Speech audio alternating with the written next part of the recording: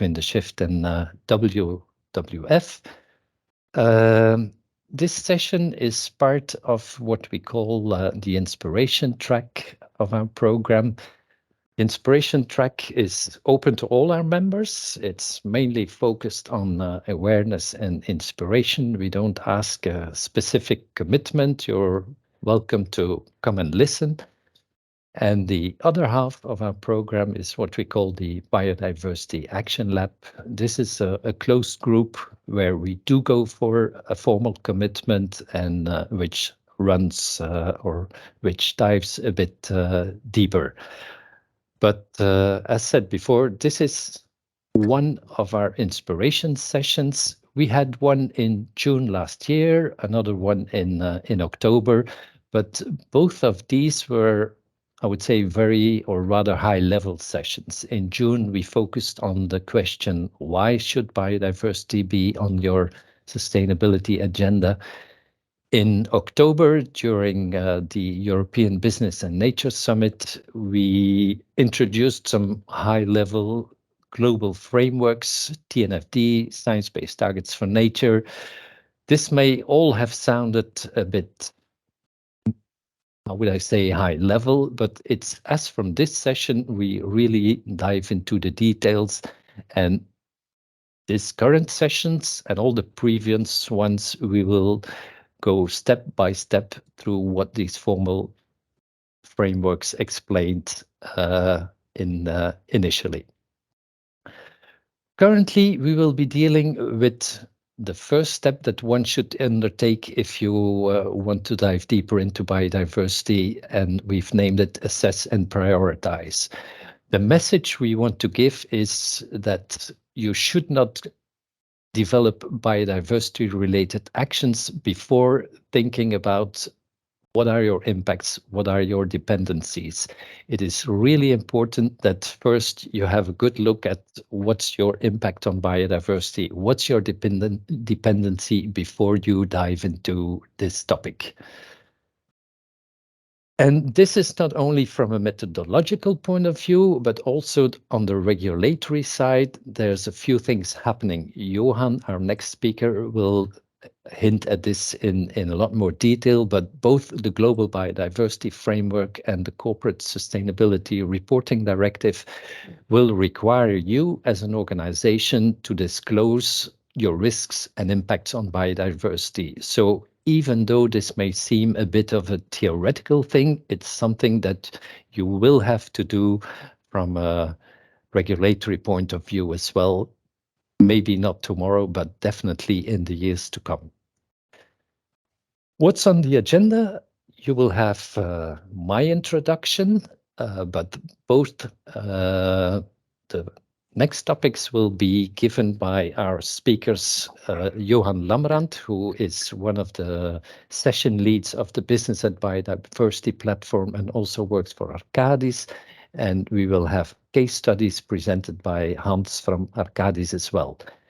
There will be Q&A, and unlike presented here, there will be a Q&A after each speaker. But I'm now happy to give the word to Johan. And I'll stop sharing my screen. Yeah, thank you very much, Bart, for this introduction. Hello, everyone. My name is Johan Lammerand. I work indeed for Arcadis now almost for 15 years. I'm mainly involved in the topic of business and biodiversity already for more than 10 years. I was part of the team preparing the Natural Capital Protocol. For those who are aware of this international standard for identifying and measuring and valuing impacts and dependencies on natural capital. And since 2017, I am supporting the EU Business and Biodiversity platform, in particular with leading the work stream on methodologies and metrics related to measuring impacts and dependencies in a business context. And when I say business, I also refer to financial institutions. We are also involved in a an ongoing EU-funded project which is called Align. Align aims to come up with recommendations for an international standard on how to measure biodiversity in a business context. We are also a member of the World Business Council, where we are also discussing issues related to measuring. And we are supporting quite some companies and financial institutions with developing their biodiversity strategy, which includes, of course, the steps related to prioritizing and assessing material impacts and dependencies throughout the value chain. I share my screen now. I hope, yes, I think you can see it. The only thing I will try to do is to put it on presentation modus. Then I hope when I now turn to the next slide, can you see it on the screen that I am turning to the next slide? Or is it still the cover slide? We can see your slides moving, Johan. Okay, perfect. Yeah, because I just came out of another meeting and this didn't work, so that's why I asked. So, okay, so as Bart indeed has provided a good introduction and setting the scene.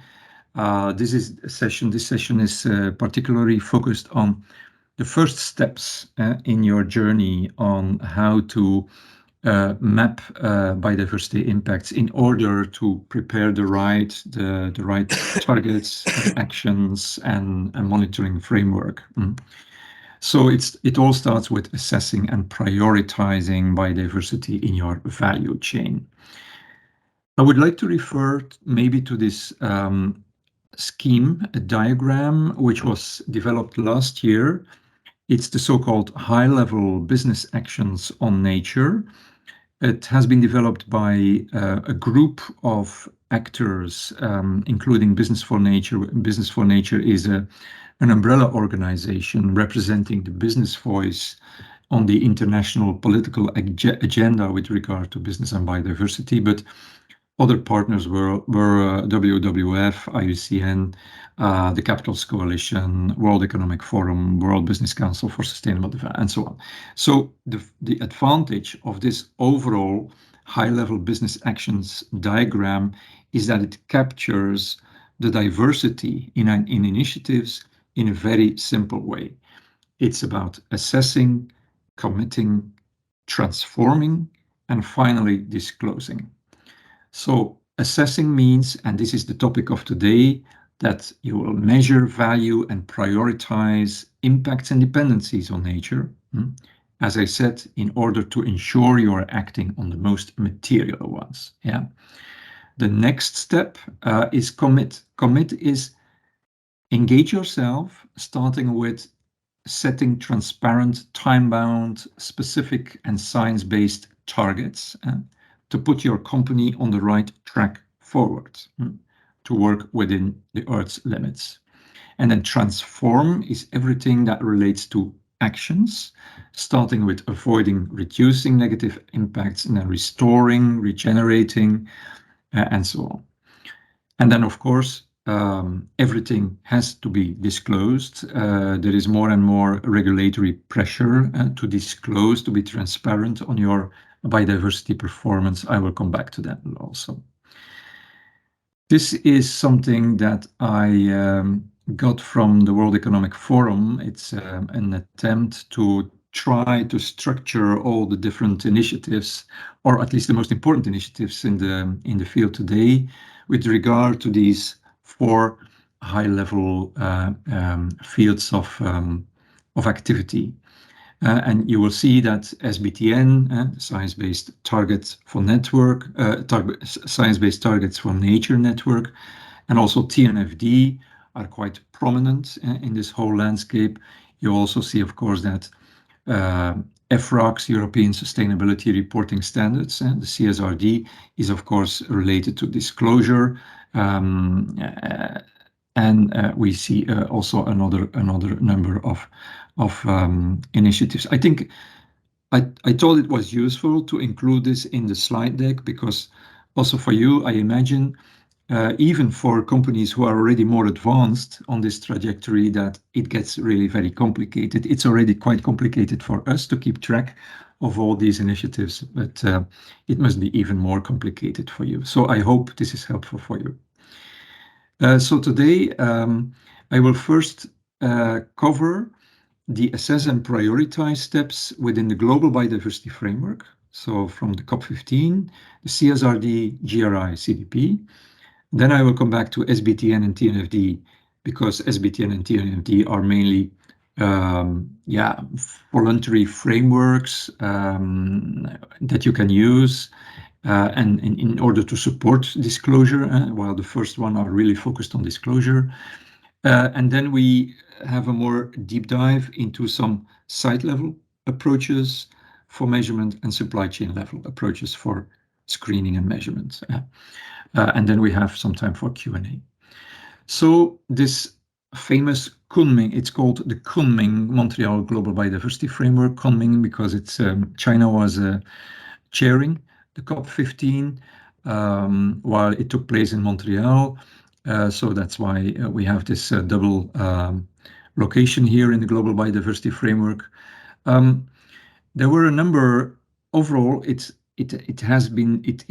is really considered as an important landmark event with regard to business and biodiversity, because it was the first time that in such a COP, so we know about the COPs for climate, but we are much less familiar with the COPs for biodiversity. This was because the COPs for biodiversity were mainly for government officials and academia, while now for the first time there was really a big presence of the business community and the financial community. And one of the main reasons is that there was a claim, a pledge, let's say, from the business community for mandatory requirements for at least the large businesses and financial institutions to assess and disclose their impacts and dependencies on nature by 2030. Why is the business community asking for that? And by the way, they are going much further in this request than our government is doing, which is a very strange situation.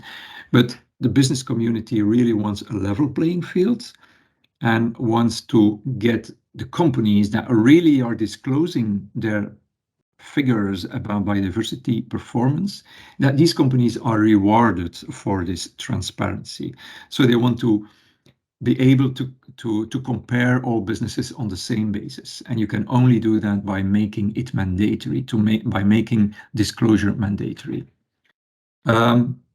It's at the end, it was not mandatory. So the target that came out of the Global Biodiversity Framework is more in the sense of encouraging, taking all legal, administrative, and policy measures to encourage businesses and to ensure that large and transnational companies and financial institutions are regularly monitoring, assessing, transparently disclosing risks, dependencies, impacts on biodiversity.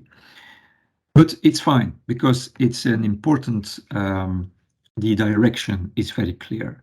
And don't forget, the Global Biodiversity Framework is a global initiative. We here in Europe, we have the CSRD, which is already a mandatory legislation, as we will see now.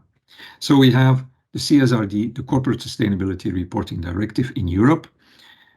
Apart from the fact that being transparent about your biodiversity performance towards stakeholders is very important for several reasons, it helps if it becomes also obligatory, because then there's really a strong driver to do it.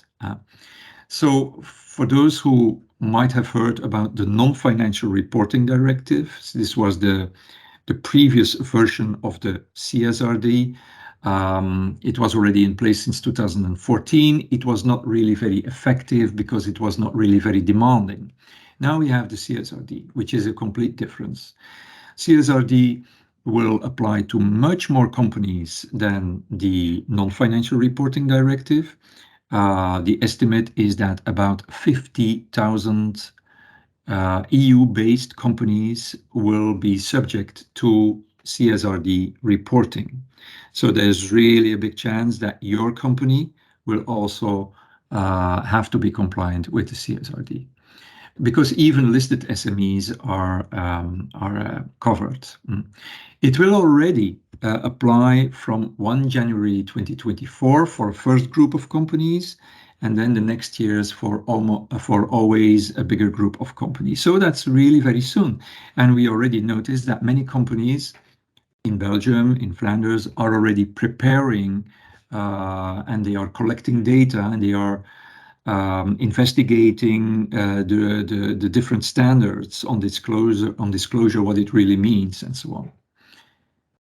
Because the CSRD is indeed compiled of 13 European sustainability reporting standards, consisting of 4 categories of reporting, a number of them referring to environmental issues, others to social issues, governance issues, and we have also a number of cross-cutting standards, so which are applicable to all the technical standards on the topics.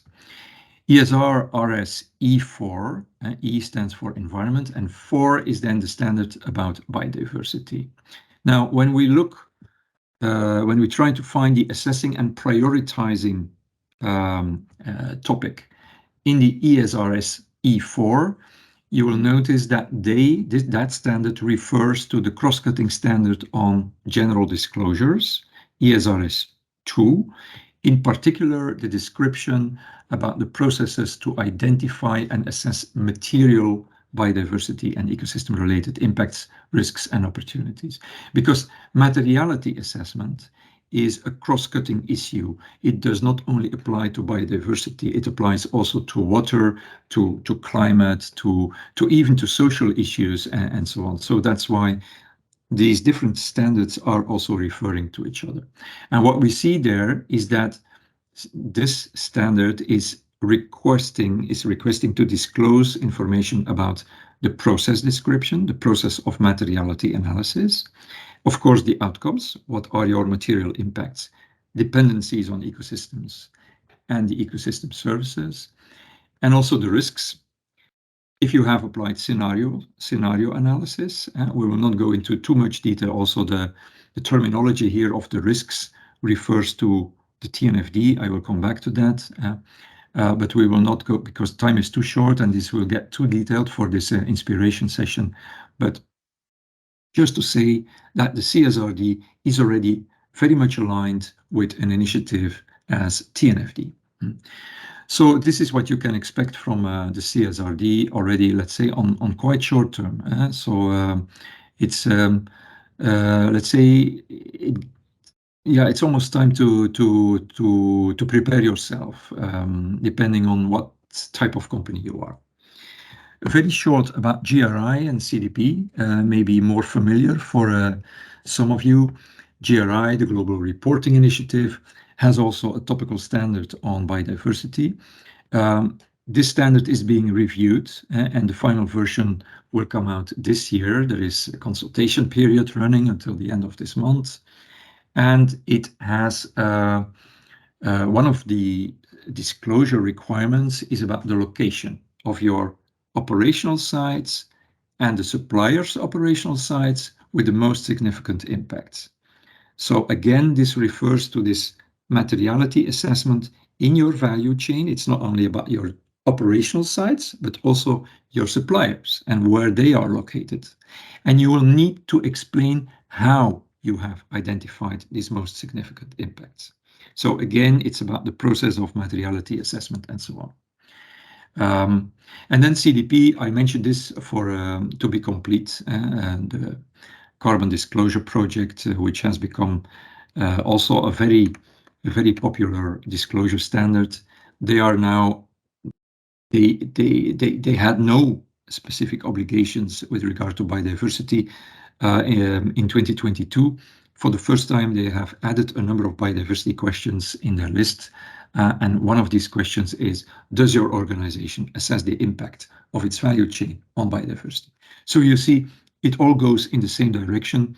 It is not contradictory. On the contrary, it is very aligned with each other, and it means that well, there is really a big chance that you need to get prepared for that.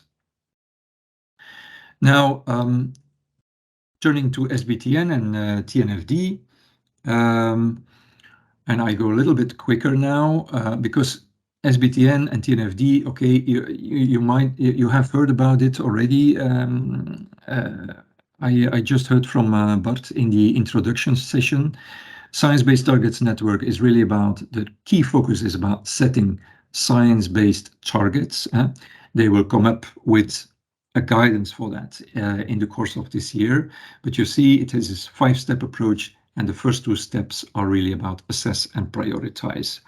SBTN is quite an influential process. It is being followed and piloted by quite some companies internationally, and we can expect that the more guidance is coming out, the more companies will try to apply it, because we all need some direction with regard to target setting, and therefore we are really looking to SBTN. This is very short. The first step is a materiality assessment where SBTN is providing information already about the materiality of impacts and dependencies at a sector level. So as a company, you always belong to a specific sector. Well, this information, this is generic information, the average for the sector. You will have information about is your water use, for instance, is this considered as typically a very high impact, or moderate impact, or low impact in your sector in general, or not. And so you can find information about your sector already in this guidance, which is very much based, of course, on ANCOR. ANCOR is a database with lots of data on the typical impacts and dependencies of sectors and subsectors with regard to nature. You can do that for upstream, for direct operations, for downstream, but I will not go into detail. You see the concepts, and then you start from these overall sector averages, but then of course you need to go a bit further. You need to apply it to your own company, and it means you need to collect data which are specific for your situations. Which data? Data related to pressures. For instance, the land use that you need for your company activities, or the water use, or the greenhouse gas emissions. These are pressures to biodiversity. To assess impacts, you also need to know about the state of nature where your location, where you are located as a company, because of course you can say we have a water extraction of 100,000 cubic meter per year. Okay, but what does it mean in terms of impact? Therefore, you need to know the state of nature locally. And again, you will need to rely on certain databases and maps. We will come back later on that, which data you can use for that. And then you combine the state of nature and the pressure data, and where you have, for instance, a very sensitive state of nature, and very vulnerable, for instance, rare ecosystems, endangered ecosystems, maybe knowledge about some endangered species, and you combine that with your pressure data, you are able to identify your most material locations through your value chain. That's the concept. And then you can put it in nice graphs and so on, listing your key sites, and maybe you start with them. You make a selection of your top sites, your top 30 priority sites, or your top 5 priority sites. This is, of course, for companies with multiple sites. But it's up to you how you deal with that. You can start gradually. That's important. You don't have to cover it all from the very beginning. Switching to TNFD. TNFD is the Task Force for Nature-Related Financial Disclosures. There was a task, and there is still a Task Force for Climate-Related Financial Disclosures, the TCFD. These initiatives aim to disclose information on the business impact of your impact on nature. So you have an impact on nature. How does that reflect in terms of business impact to your company, to the financial institution, which has a number of companies in their portfolio where they provide loans to, because the company or the financial institution is exposed to a number of risks. We all know climate risks, but there are also risks related to ecosystem degradation. Now, the TNFD is working because the initiative is developing a disclosure framework. They will come out with the framework in September this year, so a lot will happen in 2023. And they have developed a tool, which is called the LEAP tool, which again provides a step-by-step approach to take you through this process of identifying material impacts and dependencies, assessing them, prioritizing them, in order to finally prepare a strategy. And then they also refer to SBTN. So these initiatives are complementary because SBTN can provide the target setting, which can then be used in a TNFD approach, and which also provides then disclosure metrics. Which metrics will you use to disclose information? So of course, this is a lot of information on a limited number of slides, but these inspiration sessions are mainly mainly aim to provide you an overview of what's going on and the general steps that are common in all these different initiatives. Of course, you can dive deeper if you want. Yeah. Now, the differences, very shortly, between SBTN and TNFD is that TNFD is also dealing with dependencies. SBTN is, until now, really focusing on impacts. So TNFD is going a bit further already, is also taking into account the dependencies. And very particular to TNFD, they talk about risks and opportunities. So they make the link, the step from impacts and dependencies to risks and opportunities. So how does an impact translate into a risk score? So this is a really quite innovative approach. And there are also a few other differences. Now, as I said, finding your way in the landscape of tools and metrics is not easy. It's already quite a time that the business community and financial community are struggling with that, which is logical.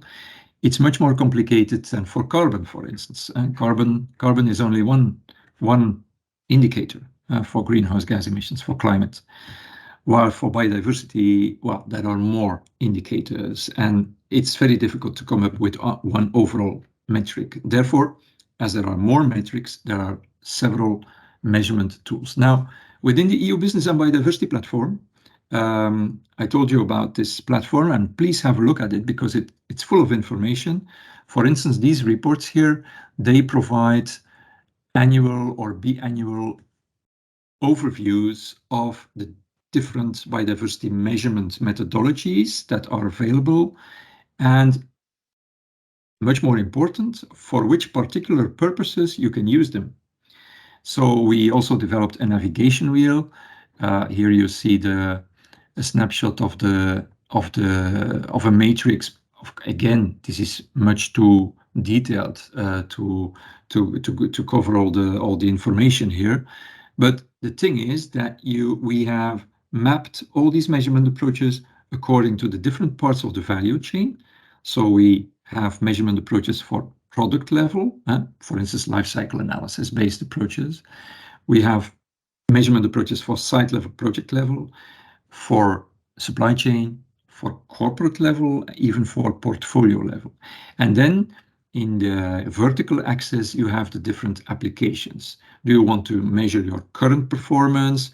Do you want to screen risks and opportunities in the value chain? Do you want to track progress to targets? So you want to compare options, for instance, investment options, different locations that you want to compare with each other. Then you have specific methodologies for all these different combinations, and we listed them here. You can find them in all the details in the report. To Today, we are focusing on site level and supply chain level, and really for the assess and prioritize phase. So you can find them here in the bottom of the matrix, which is about the application of risk and opportunity assessment. And I made it a little bit bigger. So you see here a number of acronyms, abbreviations. And for instance, IBAT might be known to many of you. STAR is a quite famous one. I come back to that very, very rapidly at the end. But of course, you can find all the details and information in the report. We have a navigation wheel that we can also help you with that, but it guides you to the right measurement tool for your specific approach based on a number of criteria. Now, I also told you about the Align project. There are a number of commonalities in selecting a good measurement approach. And so a number of typical characteristics are the spatial precision of the measurement. So the spatial precision. So you have many maps, global maps, with information on the state of biodiversity, but they are very rough. They give information sometimes at the country level, sometimes maybe at a sub-country level, but you will not find information on your specific location. So spatial precision of the measurement is very important. The accuracy is the information that is provided. Is it correct or not? That's another one. And also responsiveness of the measurement to mitigation. So if you take a measure, an action to improve the situation, that should be reflected in a change in the metric. So a change in the outcome of the metric. Otherwise, it's very difficult to measure if you have made progress or not. Overall, and this is key in this story, measurement approaches can be based on primary data collection, secondary data collection, or modeling. Primary data collection is you collect the data yourself or by means of a contractor by, for instance, field surveys. Modeling is then a very high level, and you will understand that modeling will lead to much less accurate outcomes than a primary data collection. But it all depends on the purpose of what you want to measure. What to measure? Within Align, we have developed a scheme.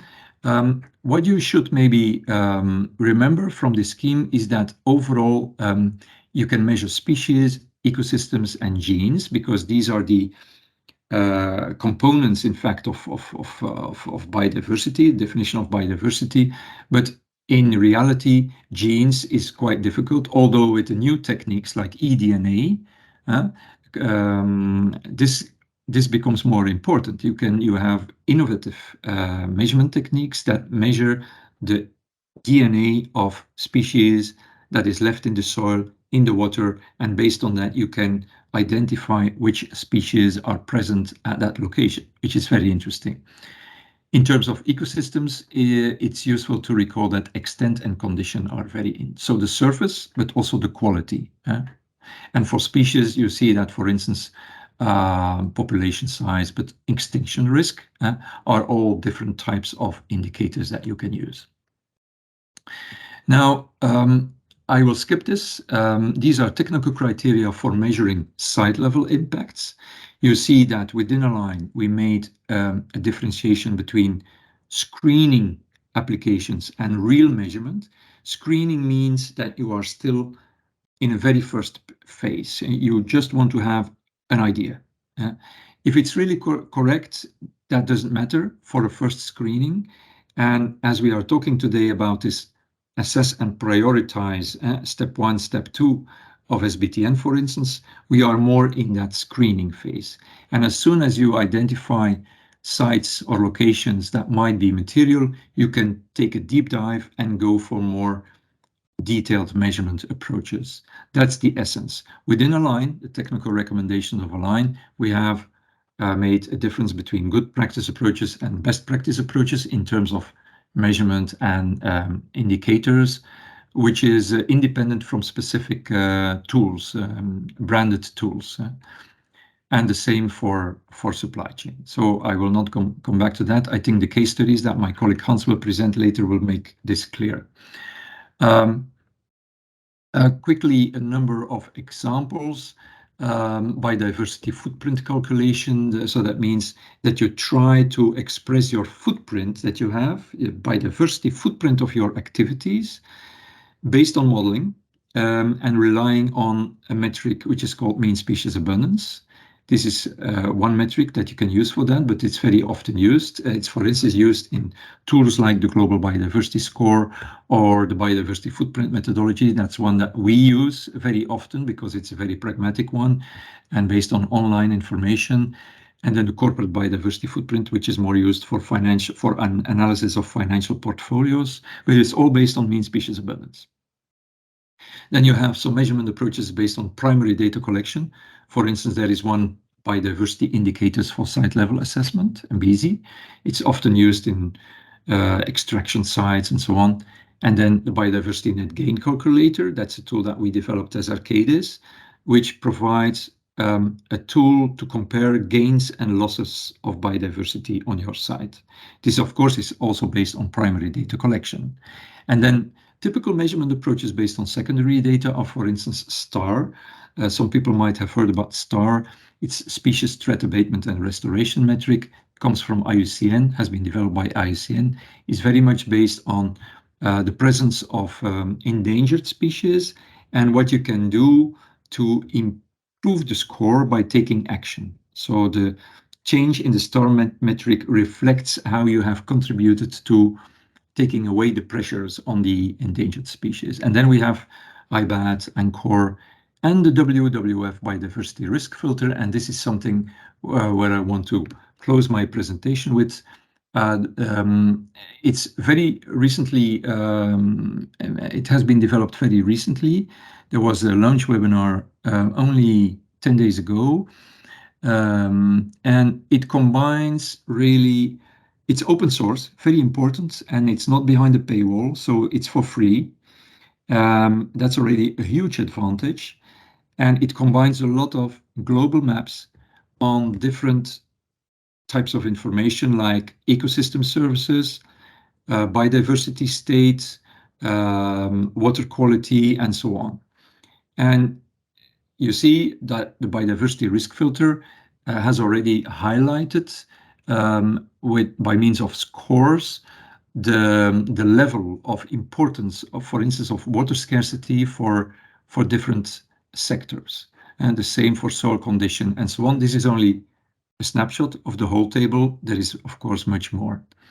And so this is an example, and they all express it in terms of risk. So this is a physical risk map, global physical risk map, which is based on the combined scores of a number of underlying risks.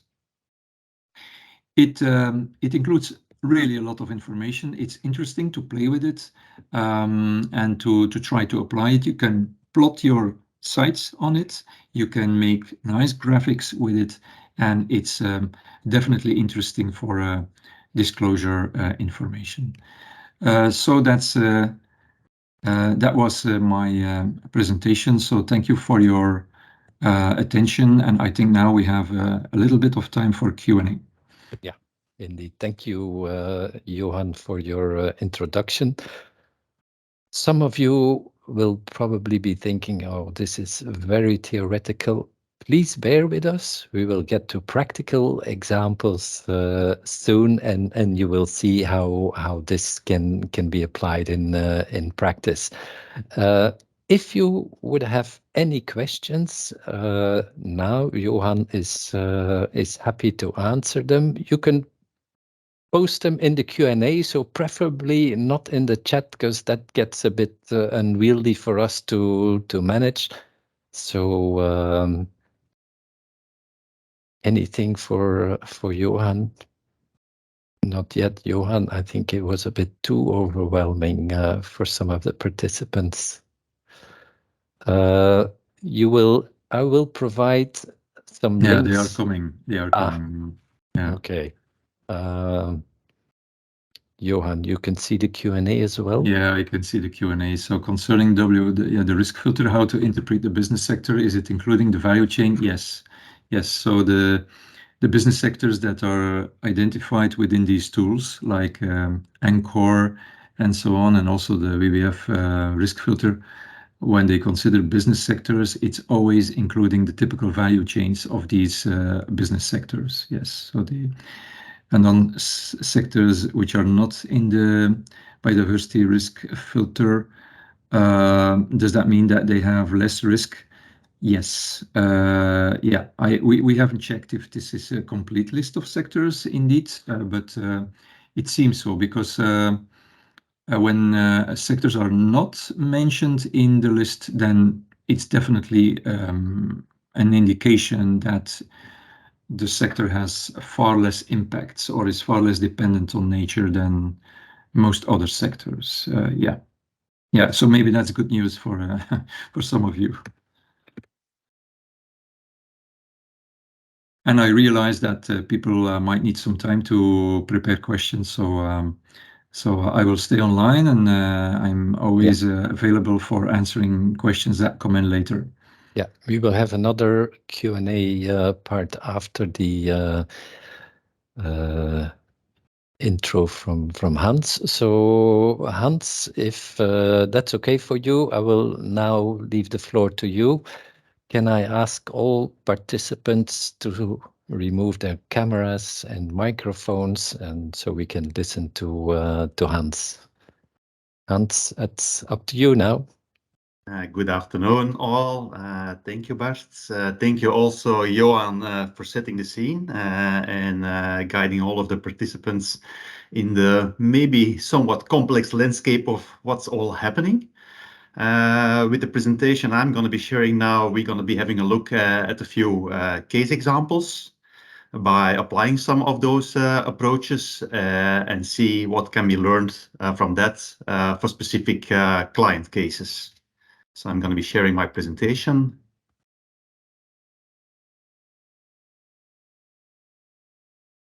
If all is well, you now see my presentation, and you also see that I'm actually Hans van Gossem with a U and not an E. Just a minor correction from my side. If you ever want to reach me, that you spell my last name correctly. Looking into some case examples. And we're going to be focusing today on an example of a client with multiple sites, a client that has been looking into its supply chain, and a client that wanted to have some further insights on portfolio level. I'm not going to be sharing the names of the clients. The idea is just to give you an insight in how it can be approached, what were the strengths of doing an analysis, what were potentially the limitations. So for each of those cases, we're going to be introducing shortly the what and how, having some methods to do the assessment and the prioritization, and then have a short review on what did the client learn and where can potentially this analysis be improved. So going to the multi-site approach, we've been doing this sort of analysis for a few different clients, both from the pharmaceutical and the materials and recycling sector. And it actually has been coming down to looking into the combination, and that's probably clear to you if you have listened well, and clear to Johan's presentation, the combination of looking into environmental pressures. So what are the operational site activities in those various sites? So what's maybe the potential pressure on biodiversity, and how can we understand that and approach it?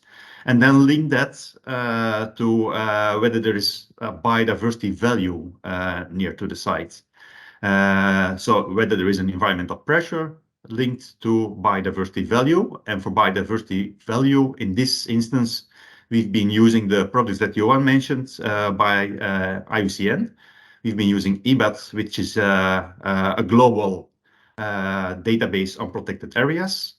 And we've been combining that also with STAR, that was also mentioned, which has information on species. So we've been combining habitats and species in that sort of analysis. We first have been doing this for those clients, and it's clients that have like 45, 50 production sites in portfolio, looking into those different sites and doing it across all of the sites to actually shortlist those sites that seem to be more critical. And to give you an idea on that, We've actually been looking at level 1, which is an indicator of is there biodiversity value near to the site, and level 2 is there environmental pressure by the site linked to that biodiversity value. And then you can rank those sites, combine information on biodiversity value and on environmental pressure, and you get a shorter list of sites where both you find biodiversity value and you have environmental pressure. On the other hand, of course, you also have sites where environmental pressure is low and where there is little biodiversity. So that could potentially be your sites of lower focus, lower interest. If we focus on the red ones and potentially also the orange ones, the critical ones and the significant ones, then in a step 2, a more deep dive analysis can be done, looking more into the link between the environmental pressures and the biodiversity present near to the site. And for that, in these approaches, we've been using potential information available in environmental impact assessment, at least if those were from a recent date, and also been doing more detailed site surveys. So really making a long list of questions to site managers and then combining that information with the information received from corporate that was used for the first step. So to give you a bit more insights for what we've been scoring. So for biodiversity, it's a combination of looking into protected areas, and actually with IBET, you can get information based on 5 kilometers surrounding the site or 20 kilometers surrounding the site. We've here chosen for 5 kilometers surrounding a site, and that's then actually giving you an overview of how many protected areas or key biodiversity areas, which is another version of protected areas, are near to the facility, near to the production site of the client. And on the other hand, information on species based on STAR, which is both having information on the threats to species, but also on the potential if actions are taken for restoration. And they have scores included there on both components. So by combining those three, and I show it a bit more in detail on the next slide, you can get a score for biodiversity. For environmental pressure, it's based on global data from the clients at corporate level, combining information on waste, on water discharge and water withdrawal, and on air emissions. And you also see that it's not including all, for example, air emissions. It's focusing here on NOx and SOx. So it's a snapshot of the most common environmental pressures of industry activities. And here you see a bit more detail on how we then be approaching it. So you can have a look. This is snapshot of IBET. So you can have a look at your sites. Where are the protected areas?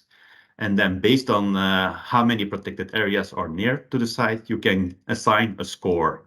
And here we've been applying a bit the principles of maths. We've used Gauss distributions, so clock distributions, to allocate the different sites to different scoring categories. So if you have no protected areas near to your site, you have a score 1.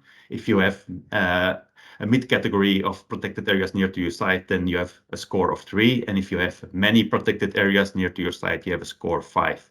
And similarly, based on the STAR information, we've been again assigning scores to the two indicators of species, and then combining those 3 scores into one score to get an idea on biodiversity. Similarly, by combining all of the environmental indicators in a similar way of reasoning, scores were assigned and were combined to have an idea on total environmental pressure by site. You see for water, it's a combination of water withdrawal and also the water risk atlas, which is giving indication on how stressed an area is on water. So in this case, we had some information on a benchmark. For the 2 clients we have been working on, we were not having local information on what's acceptable for the environment, which of course, if it is available, would allow an analysis based on absolute pressures. Here we had to work with relative pressures, and we actually ranked sites according to how big the number is for environmental pressure. So it's relative across sites that this comparison has been made. So to sum up or give you a sort of takeaway for this work on the multi-sites, it's a high-level screening, but it allows you actually for a higher number of sites to make a short list that can then be further analyzed in depth on whether we indeed can speak of biodiversity risk. So it's giving you a first insight. For one of these clients, it actually also learned that some of its larger sites historically had been put onto land near to valuable nature. So one of the lessons learned for that client was that if we select new plots for developing a site, wherever in the world, we should have a biodiversity risk screening involved if we have the opportunity to make a selection between different locations. Also, because the different site managers were included in the trajectory to get data because of having the survey, they were aware of this work being done by corporate, and the output can be shared with the employees to have a research message internally on where are our sites of focus if we work on biodiversity. By doing some further interviews also with some of the site managers, actually several best practices could be shared also with site managers of the other sites. So sharing best practices around the globe. Looking into some of the limitations, we worked for the first step with information from corporate, in the second step with some additional information from the sites. And we learned actually, maybe also because this is a new team, Biodiversity, that it was not so easy for corporate to have all the needed data available for doing the analysis. The clients we worked for there, we didn't have local benchmarks available for the environmental parameters. So what was acceptable for the local environment, which made it we had to go for a relative comparison across sites. And what was also learned, and which will also be coming back in some of the further examples, is that biodiversity is not a field expertise of site managers, which sometimes may be a bit of a bottleneck to get information to really understand relationships between a company's activities and the biodiversity surrounding the site. Going to a next example, we're going to be looking into an example in the food and beverage sector, which focuses on the supply chain by using Globio and Recipe, two different tools. I also included a link to the Business and Biodiversity platform, because actually this case example is derived from the information on the platform. And for those interested in finding out more on different examples from players from different sectors, there's a lot of information on this hub by the Business and Biodiversity platform on the website of the European Commission. So here we are looking into an example of a supply chain for chocolate production, looking into the raw materials needed for the chocolate, so cacao, sugar, milk, and raw feed, to do the processing of these raw materials, and to have the paper and aluminum package to get it ready to be sold to customers. Having a focus on land use and greenhouse gases, looking into the producing of the materials, the processing and the storage facilities, and also including information on transport emissions from true price life cycle analysis. And true price is referring to the fact that in those life cycle analysis, environmental and social impacts are included. So what sometimes we refer to as the externalities. An advantage in this work is that for the different raw materials, it was known to some extent the location it was derived from or sourced from. So the cocoa production takes place in Ivory Coast and Ghana and is then transported towards Europe. The beet sugar is extracted from Western Europe. The cane sugar came from Mauritius. And the milk by milk powder extracted from Germany. So there is a bit more information there available to use in biodiversity screening tools and considering the impacts through the supply chain. So I already introduced it. The client has been working with both the global biodiversity score, which is a model-based system to look into the impacts of a business on ecosystems. As Johan introduced before, it's actually using the indicator mean species abundance for this. And mean species abundance, it's a way of expressing how intact biodiversity is. So if it's totally destroyed, if there's no biodiversity left, it's a score of 0 on a scale from 0 to 1. If it's a pristine rainforest, then it gets a score of 1.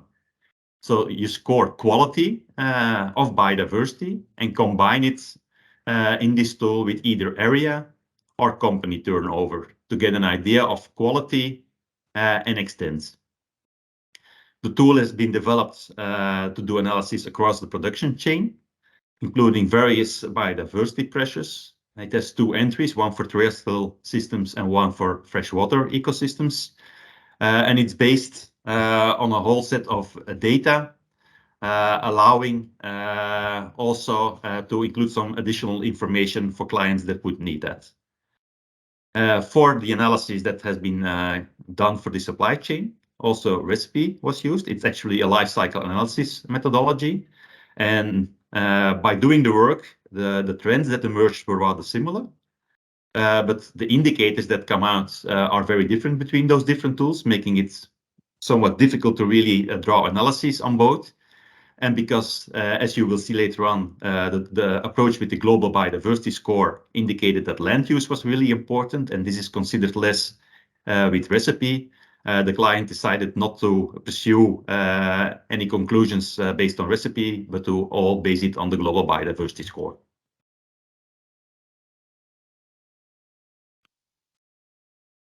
So what has been compared by using Globio, looking into the current low productivity system that's mainly used for the client, with farmers that are not part of a cooperative, produce the cocoa themselves, independent farmers using little or no fertilizers because they are simply too expensive. And comparing that to a more intensified system with the cooperative and with the use of both fertilizers and some pesticides to have a more productive way of producing the cocoa.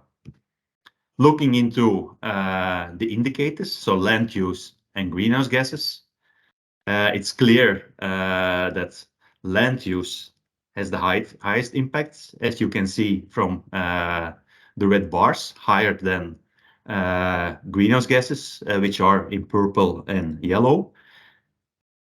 It's expressed on the y-axis in mean species abundance per hectare.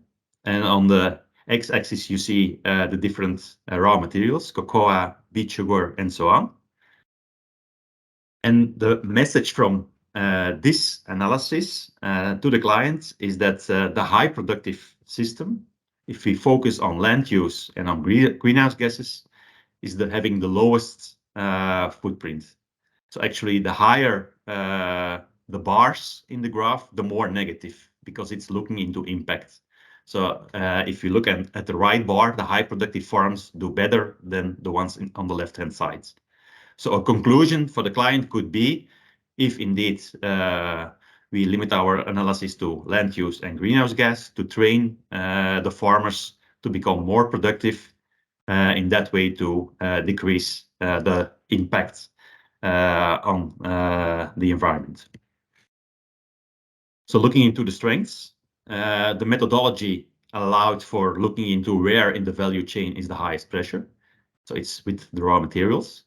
Different scenarios could be compared. So the more productive and the less productive system of producing the raw materials. And also some conclusions could be drawn on what would be the effectiveness of some measures, like, for example, training farmers on producing on a lower amount of land. Some limitations indicated by the client was that there is no certification at the moment. Actually, that's maybe something that's valid for most of those tools and approaches. And having certification would increase the credibility. It was also signaled that it's clearly that you need a bit of ecology knowledge to do this sort of work, and that if you don't have that internally, that you may need to contract somebody or involve somebody that has the ecology knowledge. And that's the approach with Globio. It's not complete yet. Several of the pressures, like for example nitrogen, are not included yet in the model. So it's ongoing development of those tools. Looking into a last example at the level of the portfolio. This is work for a development bank, and looking into both the portfolio, but also the client was interested in knowing how ready it would be for the Task Force on Nature-related Financial Disclosure for any strategy development or disclosure, and what it could understand on its risks, its impacts, its opportunities, based on the LEAP procedure that Johan also introduced. So the procedure developed within the TNFD framework to gain insights into its portfolio and to make the right decisions, both in terms of risks and in what sort of projects to invest. And did this at the large global level.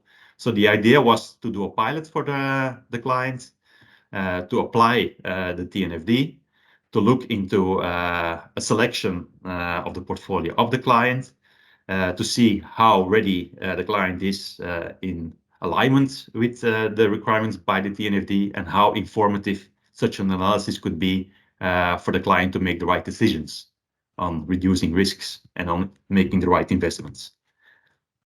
So looking for a whole set of projects from different sectors and geographies, and linking that to biodiversity presence, to make sure that the clients could get to the right approaches in its decision making. So Johan already shortly introduced the LEAP approach. I'm going to be going over it again shortly. So it's looking into where are all of your sites and what's the interface with nature. Is there any dependencies and impacts that we are evaluating?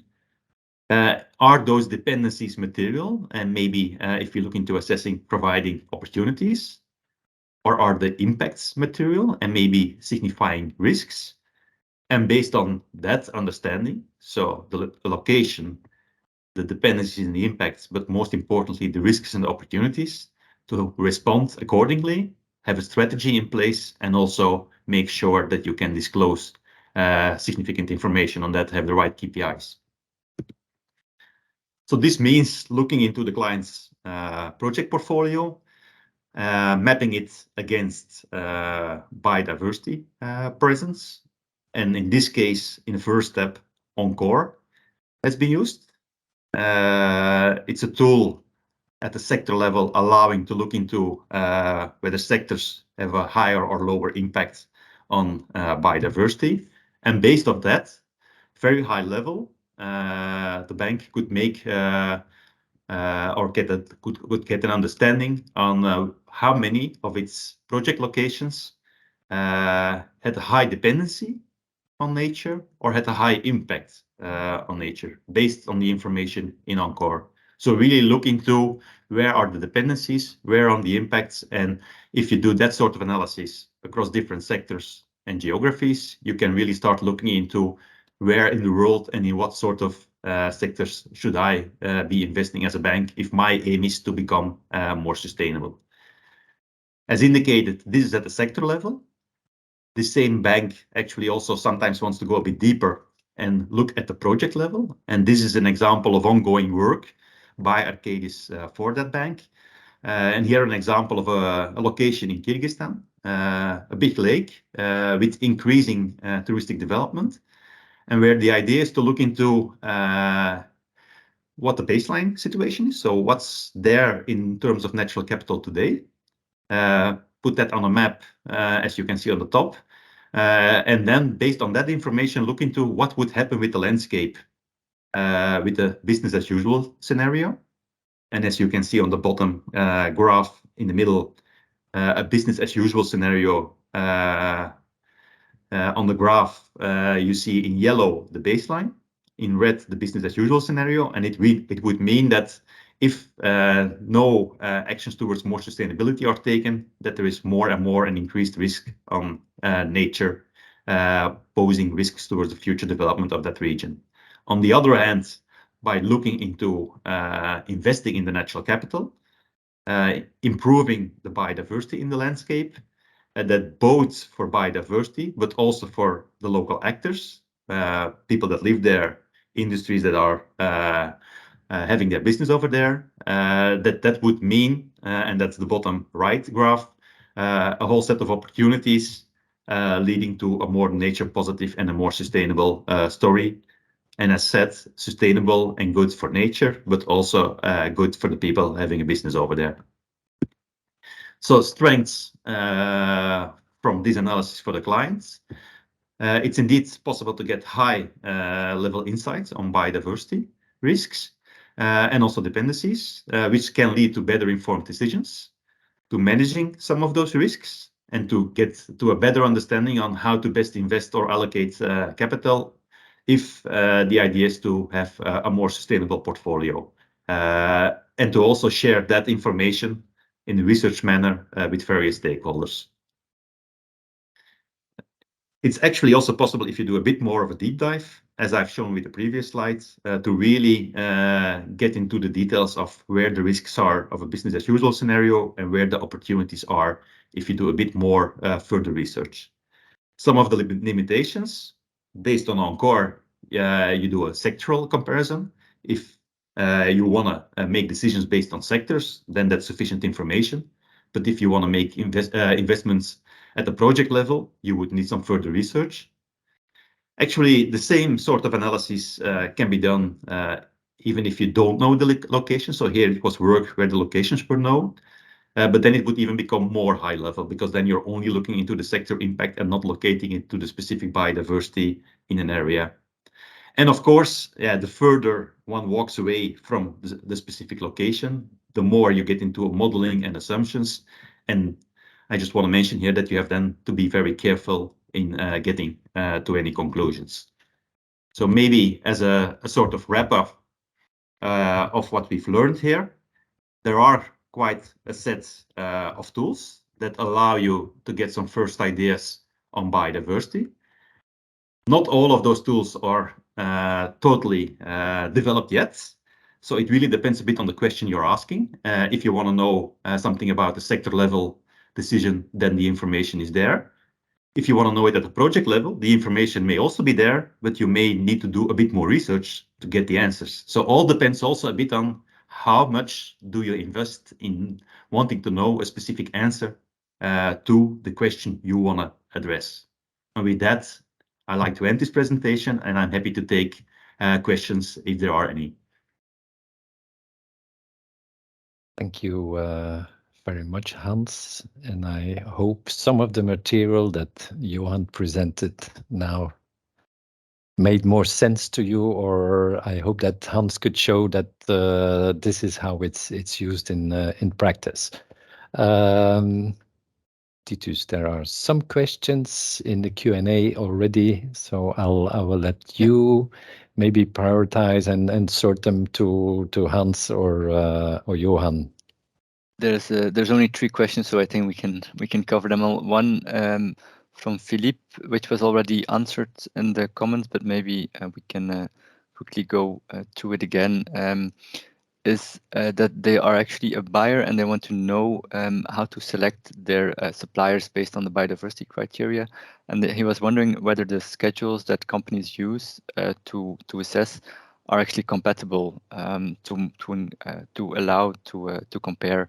And I know that Johan already answered in the chat, but maybe since we have some time and there's only a few questions, we can go a bit deeper in it in live as well. So I leave the word to Johan. Yeah, I'm happy to answer indeed. I think it's a very good question. It raises the issue of the comparability of the outcomes of the different tools that are being used for measuring biodiversity.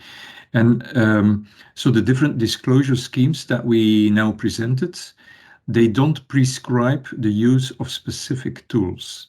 They just prescribe that you have to disclose information on impacts, dependencies, risks, opportunities, but it's up to you to select a credible tool. And there is often an application guide, like it's the case for the biodiversity standard in the CSRD. And in the application guide, you sometimes find information on what kind of tools are more preferable. But as long as different companies are using different approaches and different tools, it's not so easy to compare. That's the reality. In some cases, buyers have the power to impose a certain approach to their suppliers, but that's only for the big companies. And in that case, of course, they can include supplier conditions, for instance, to provide biodiversity information in a specific way to the buyer. And then, of course, it's easier. But as long as this, otherwise it might be complicated.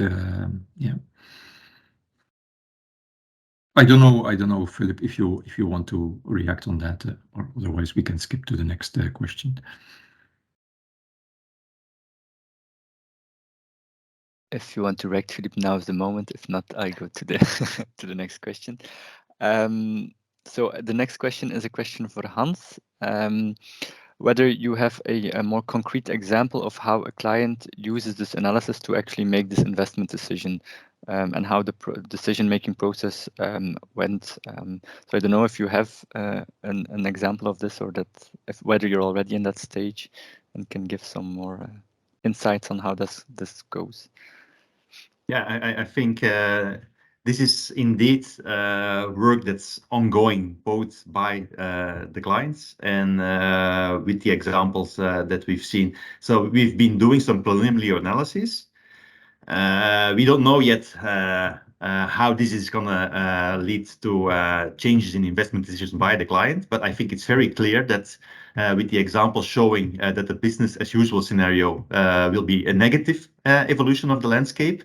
And that if you go the other direction towards opportunities, that certainly, if it's not only to the client, but also to the various stakeholders involved, that there is a positive potential outcome, a positive outcome financially. So then for me, it would be logic that can influence the decision making. But we are not at that stage yet, so I cannot give a concrete example here.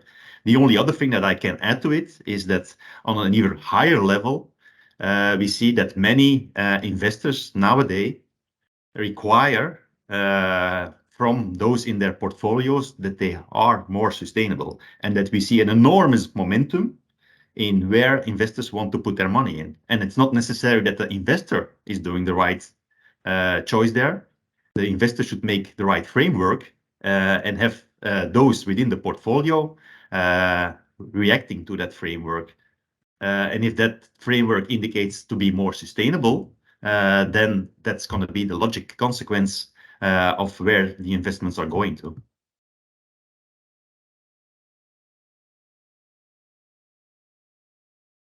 So I hope this answers your question. I think in this stage, if you have any additional question to a question that's being addressed, maybe just raise your hand and we can discuss it directly. But I see no hands raised, so again, I think we can go to the next and for now the final question. So if anyone still has a question, don't hesitate to put them down in the Q&A.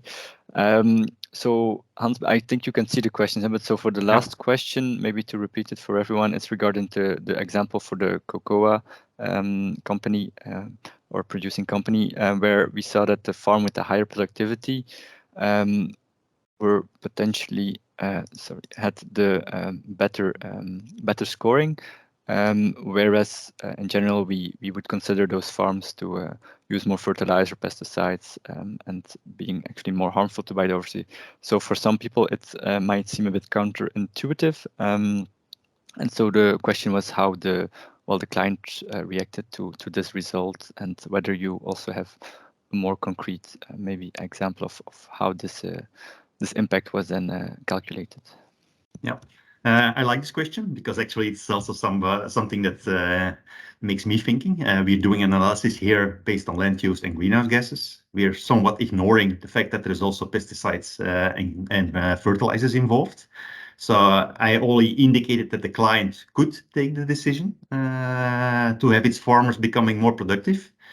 So in a way, the analysis may be considered incomplete. On the other hand, there's a lot of international debate going on, even up to to Nature and Science, which are really like the scientific high-level papers on if we want to keep on feeding the world, whether we should either have low productivity going on a lot of land, or have high intensity productivity on limited amounts of land. And if you look into one of the ambitions that was put down in Montreal, if we want to move to 30-30-30, so have 30% of the world set aside for being nature, then maybe it's a good thing to not use all of the land. But of course, here you need to make the balance on what's being most harmful, the pesticides and the fertilizers still being used, or the land being used. So I don't have the clear answer. I'm just giving you here the context. So it's a good question, very good one. I like it. It signifies also that as I kind of finished my talk, that all of those models are not including yet all of the pressures. It's a highly evolving world, and we see new sort of approaches and filters and screening systems coming out almost every week. So it's rapidly moving, and we will be able in a very short time to include more and more information. But answering questions like this one on what's the best to feed the world, knowing that we have a limited space on this planet, it's not a straightforward one, and it's even leading to international debates among scientists. So who am I to say what's best?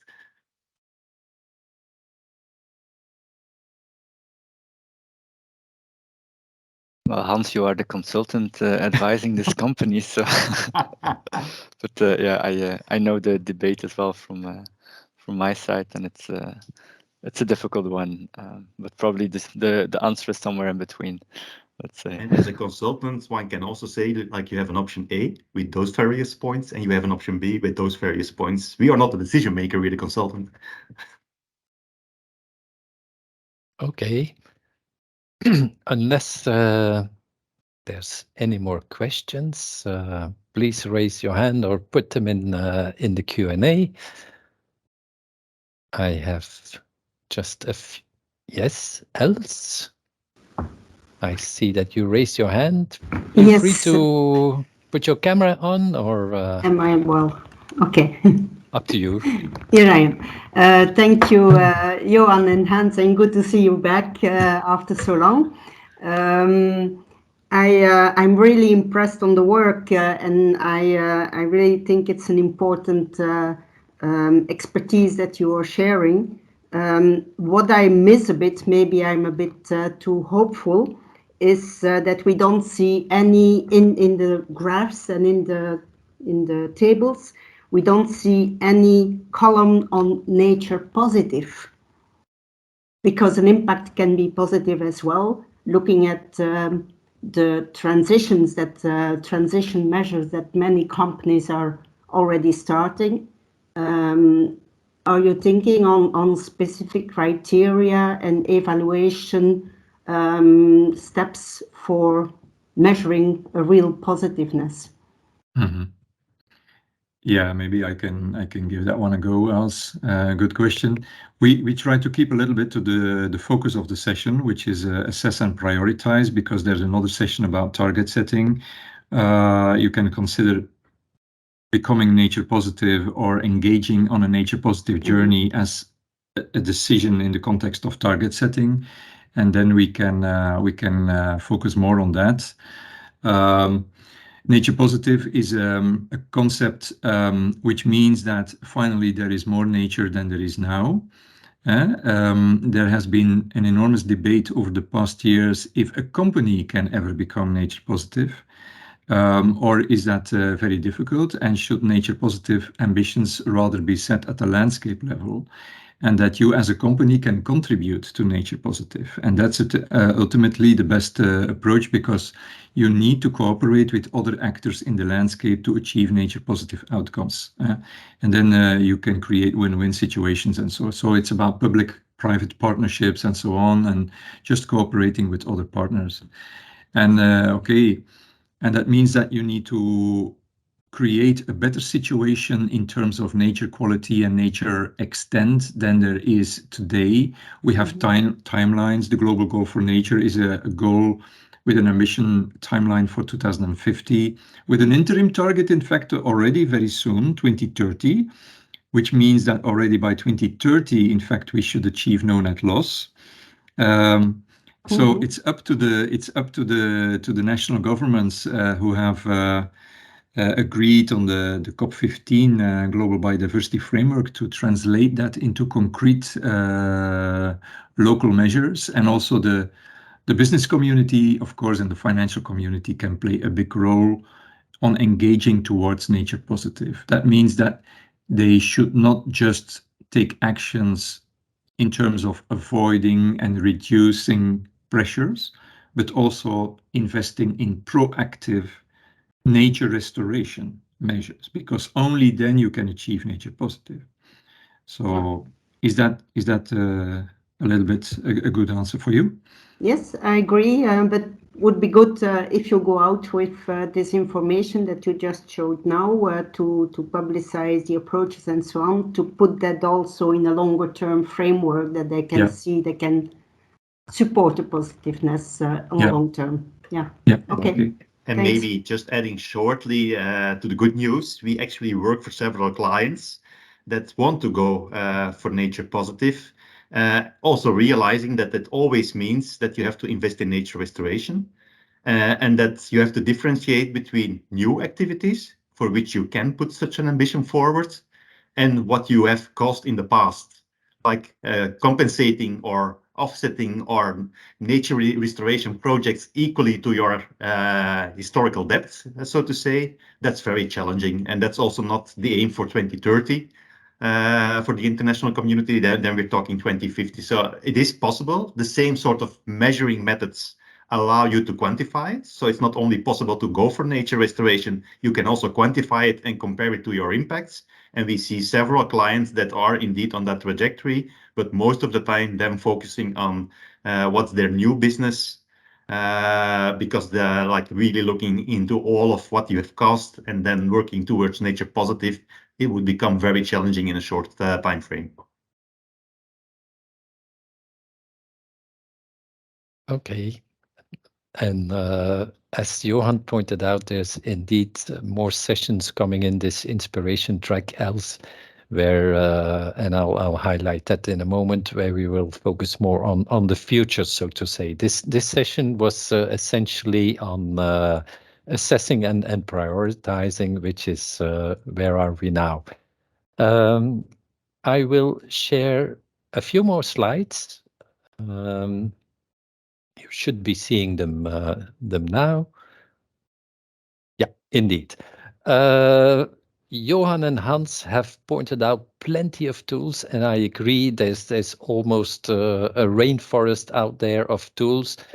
Let me just highlight a few that are really easily accessible. There's the Encore tool, sector level tool. There's the biodiversity risk filter. Both of these are free.